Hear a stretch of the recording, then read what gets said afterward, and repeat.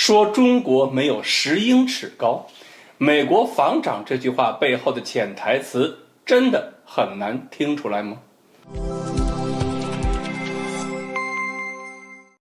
各位网友大家好，我是刘小飞。美国防长奥斯汀这是上周六在加利福尼亚里根总统图书馆举办的一场国防论坛上，集中谈了一下美国的对中国的军事政策。其中呢说了一句话，就是说中国身高不到10英尺嘛，让中国的很多媒体是一片愤怒，纷纷反驳奥斯汀，你说谁身高不到10英尺啊？你美国才是矮子呢。我一想，身高10英尺3.05米，那不矮了呀，人类就没有这么高的，所以奥斯汀也貌似没说中国是矮子吧。那么奥斯汀说这话是什么意思？其实他在列举了解放军的发展以及我们在台海周边一系列演习训练活动之后，表示美国还有能力应对，就说了一句 China is not 10 feet tall。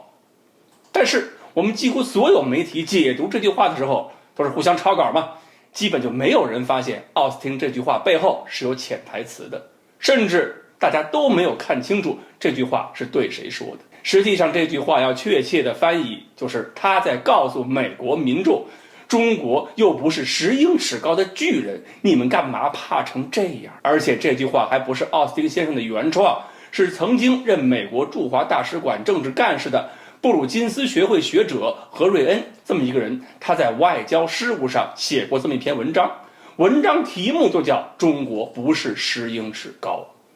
而那个文章是呼吁美国要摆脱恐华心态，重拾自信，避免陷入对华盲目的畏惧。作者说，美国已经出现了恐中综合症状，过度关注中国的优势会造成担忧，担忧又会滋生不安全感，这种不安全感又会引发过度反应，导致决策错误，然后呢还会损害美国自身的竞争力，有可能导致美国的政策出现偏移。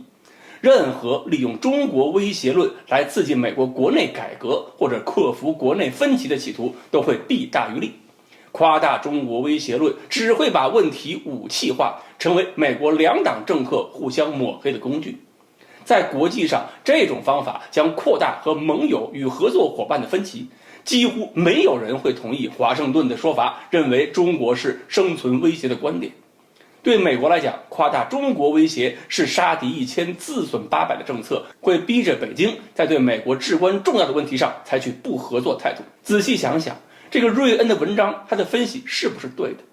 说白了，这句话根本就不是对中国示威，而是劝美国国人别看见中国俩字就瞎哆嗦。当然，奥斯汀对中国的态度跟瑞恩肯定是不一样，但是引用这句话的背景毕竟是要给美国公众打气。至于说为什么要打气，道理就很明显了，因为美国社会的情绪已经是这样，如果不是有人怕疼，那么何必给人打麻药呢？所以我们一边反对美国人制造中国威胁论，一方面呢又对这句话表示愤怒，这等于是我们自己的媒体没搞清来龙去脉，自相矛盾了。